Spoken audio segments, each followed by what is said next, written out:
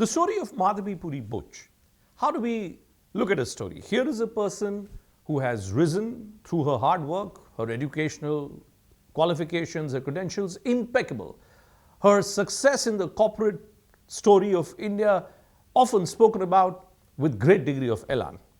The same Madhabi Puri Buch now suddenly finding herself in a spot of bother, a lower court asking for an FIR against her, the High Court staying that entire process. But the spotlight on Madhabi Puri Buch remains. Let's go deeper into the story and let's try and break it down for you. Is it about Madhabi Puri Buch, or is there something about women leaders and the unfair expectations that we seem to have from them, whether it's on the political territory or on the corporate territory? From the halls of parliament to the boardrooms of corporate India, women have fought their way all the way to the top. But have they lived up to the expectations? Have they been torchbearers for their gender?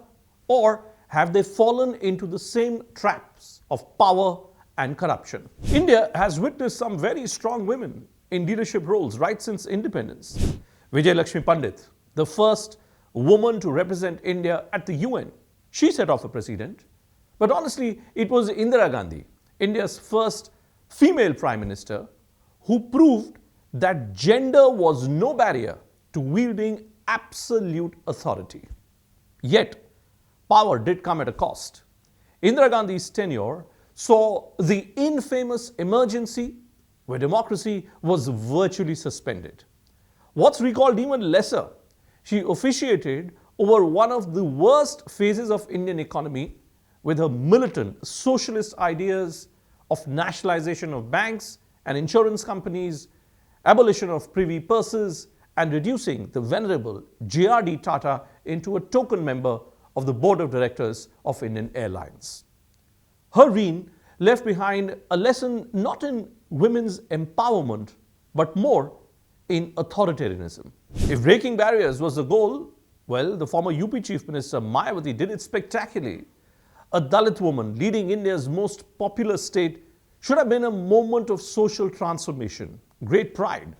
Instead, her tenure ended up becoming synonymous with corruption. Instead of uplifting the Dalit community, she spent public money on statues, ironically of her own self. And what of law and order? Though many say that Mayawati's tenure as a chief minister between 2007 and 2012 was one of the greatest episodes of law and order in UP, there were many questions which had not been answered. And now, look at what she's doing now. Her own nephew, Akash Anand, being anointed as her successor one day and then being dethroned the very next day in the same breath.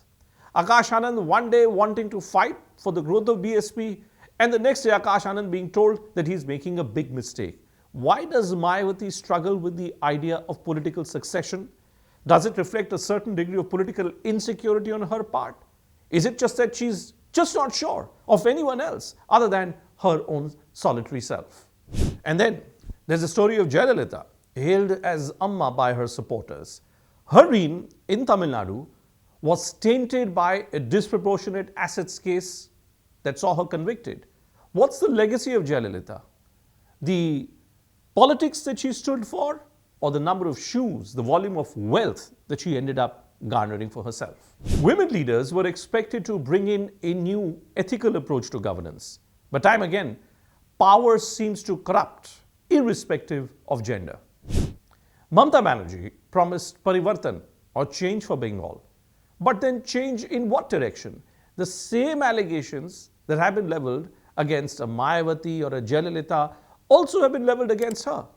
To top it all, she is also often accused of creating a brand of politics which leads to communalization in favor of the religious minorities in the state of West Bengal. In the corporate world, women were also expected to lead differently. But have they? Look at the story of Chanda Kochar. Once the face of Indian banking, she was accused of giving undue favors to Videocon. And now there is Madhabi Puri Buch, former chief of SEBI. She's facing allegations of conflict of interest in a case involving the Adani Group, and now suddenly there's a case related to SEBI which goes back all the way to 1994. Perhaps the problem is not the gender, but the question of power itself. Men in power have been equally, if not more, corrupt. Yet, women in leadership positions often bear the additional burden of expectations to not only lead, but also to uplift the others. Maybe time has come for us to judge leaders not by their gender or by their background, but by the simple yardstick of governance. The question remains, does power corrupt, or does it merely reveal a certain true character of an individual? That debate is still open. Are we holding women leaders to an impossible standard, or are they failing to meet the same expectations we have of any other leader? That answer lies in how we actually define success. If you like this video, do subscribe to thesquirrels.in. You can follow us on our YouTube handle as well as on our Instagram and Twitter handles.